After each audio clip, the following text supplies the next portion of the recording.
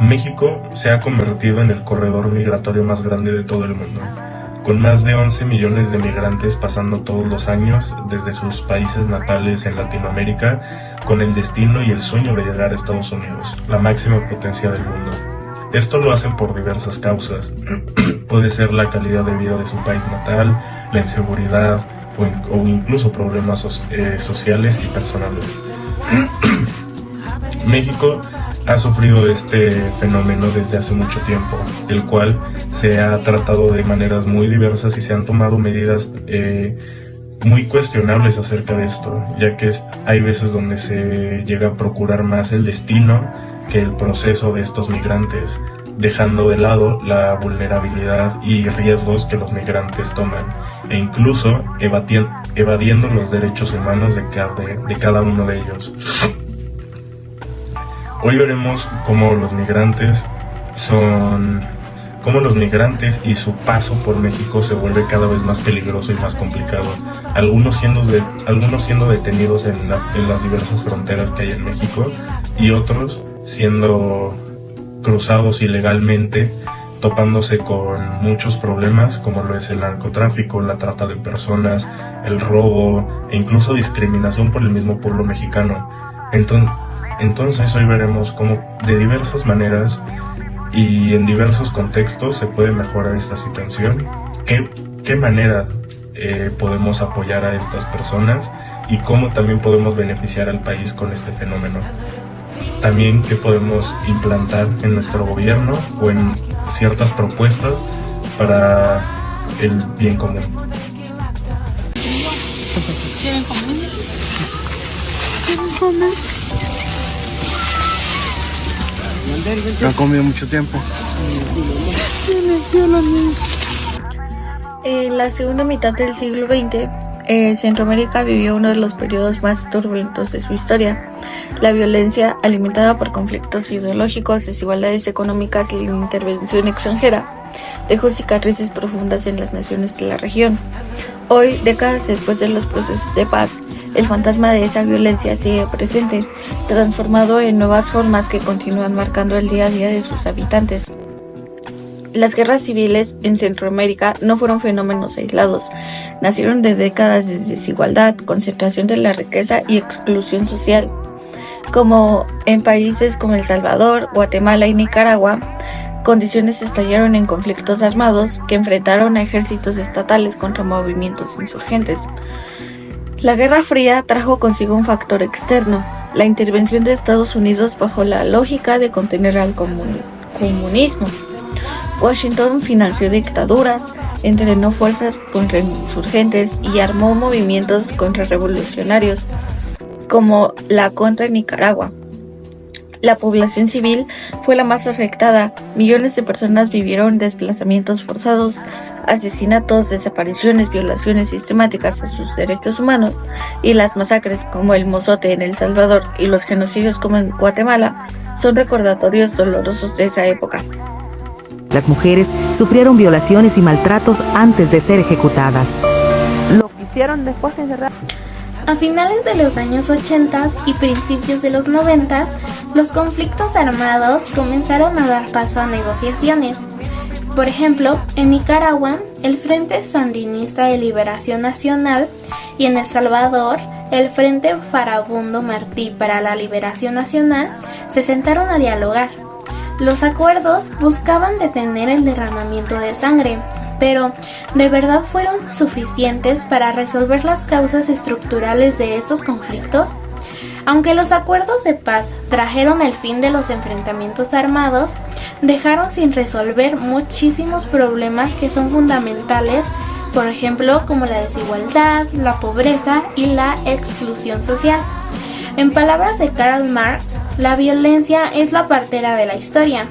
Esto significa que en una negociación de paz, lo que se buscaría negociar no sería detener la violencia u otras problemáticas, sino resolver la contradicción de capital o trabajo con el fin de que se pueda seguir la lucha por otros medios. En Centroamérica, las contradicciones económicas y sociales persistieron, dando lugar a nuevas formas de violencia. Uno de los logros de los procesos de paz fue la instauración de sistemas democráticos. Sin embargo, en muchos casos, estas democracias nacieron bajo una sombra de inestabilidad. Entonces, ¿expresaban realmente la voluntad popular o eran simplemente una forma de evitar el retorno a la guerra? Con el paso del tiempo, la violencia tomó nuevas formas, como por ejemplo pandillas como las maras, el crimen organizado y el narcotráfico. Estas emergieron como herederos del vacío dejado por los conflictos armados y las debilidades del Estado. Aunque Centroamérica es vista como una de las regiones más violentas del mundo, no es un caso aislado. Países como México, Venezuela y Colombia enfrentan desafíos similares, donde la desigualdad y la exclusión son los principales motores de la violencia. La historia de Centroamérica muestra que la paz no solo es el fin de un conflicto armado, sino un proceso continuo de construcción de justicia, equidad y oportunidades. Las comunidades, a pesar de las adversidades, han demostrado que el cambio es posible. Centroamérica tiene un pasado marcado por el dolor, pero también un futuro lleno de posibilidades. La paz requiere justicia y transformación. Mientras estas condiciones no se cumplan, el legado de la violencia seguirá presente. Sin embargo, la resiliencia de su gente es prueba de que el cambio sí es posible. Desde el 2011, miles de migrantes han caminado juntos, formando caravanas, que buscan algo más que cruzar fronteras. Ellos luchan por dignidad, por derechos y por ser vistos en un sistema que constantemente los invisibiliza. En sus inicios, las caravanas eran un acto humanitario y político. Combinaban solidaridad con exigencias de derechos, asegurando que los migrantes fueran protegidos y visibles durante su peligroso tránsito por México. En 2018, la caravana migrante tomó una nueva dimensión. Miles de hondureños partieron de sus hogares buscando escapar de la pobreza, la violencia y la corrupción. Su marcha masiva se convirtió en una demanda de dignidad y justicia ante un sistema que los había abandonado. En medio de esta marcha masiva, una mujer conocida como Lady Frijoles se convirtió en un símbolo controversial, estigmatizada como ingrata por rechazar comida donada.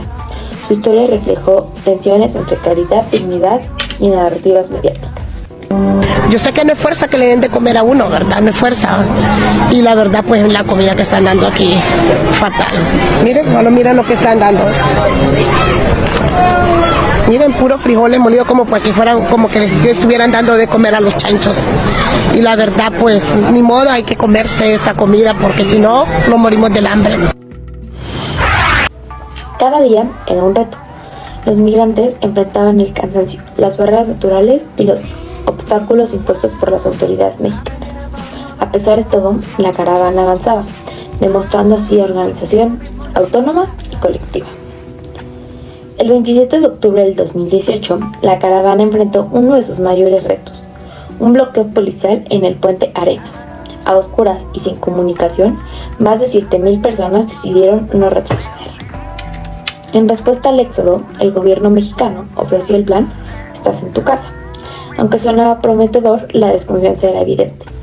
Muchos recordaban promesas incumplidas y condiciones que priorizaban la contención sobre la ayuda real. La hipervisibilidad de las caravanas fue una forma de resistencia. Al salir de la sombra y caminar juntos, los migrantes obligaron al mundo a ver su vulnerabilidad y exigir un trato digno. Casos como el de Lady Frijoles evidenciaron el choque entre el humanitarismo vertical y las demandas de dignidad. Las narrativas que ridiculizaban a esta mujer ignoraban el trasfondo de su protesta. Después de un mes de camino, la caravana llegó a Tijuana, pero las esperanzas de cruzar rápidamente a Estados Unidos se desvanecieron. Los migrantes enfrentaron largas listas de espera y una frontera fuertemente militarizada. En la frontera las opciones eran pocas: esperar un turno incierto e intentar cruzar clandestinamente o simplemente aceptar la vida en México. Cada decisión estaba marcada por la incertidumbre y el sacrificio.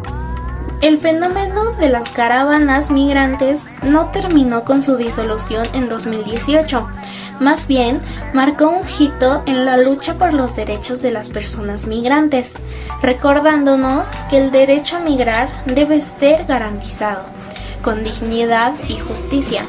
Como sociedad, debemos cuestionar las narrativas que criminalizan a quienes solo buscan una vida mejor, porque todos tenemos el derecho de soñar y buscar un lugar donde permanecer. En conclusión, el problema de la migración y el paso migratorio ilegal en México sigue siendo un problema que nos afecta a todos y que nos va a seguir afectando. Entonces es mejor tomar cartas hoy en el asunto, poniendo medidas, haciendo campañas o promoviendo ciertas acciones que puedan apoyarnos a nosotros como país y a los migrantes como personas, que solamente están tratando de buscar una mejor vida para ellos y sus familias. Esto se deja presentado en la presentación, ya que con ejemplos como la caravana 2018 nos dan a entender que el paso de los migrantes en México llega a ser demasiado complicado, pero hay personas que deciden no retroceder solamente con la idea, el sueño de llegar a Estados Unidos. México comparte vivencias y estilos de vida con otros países latinoamericanos, compartiendo violencia, corrupción y muchos problemas sociales y políticos. La diferencia es que México es el vecino de Estados Unidos, al cual todos nosotros, toda Latinoamérica le gustaría llegar. Nosotros solo nos queda apoyarlos y apoyarnos a nosotros como país, tratando de mejorar la situación de ambas partes. Muchas gracias por su atención.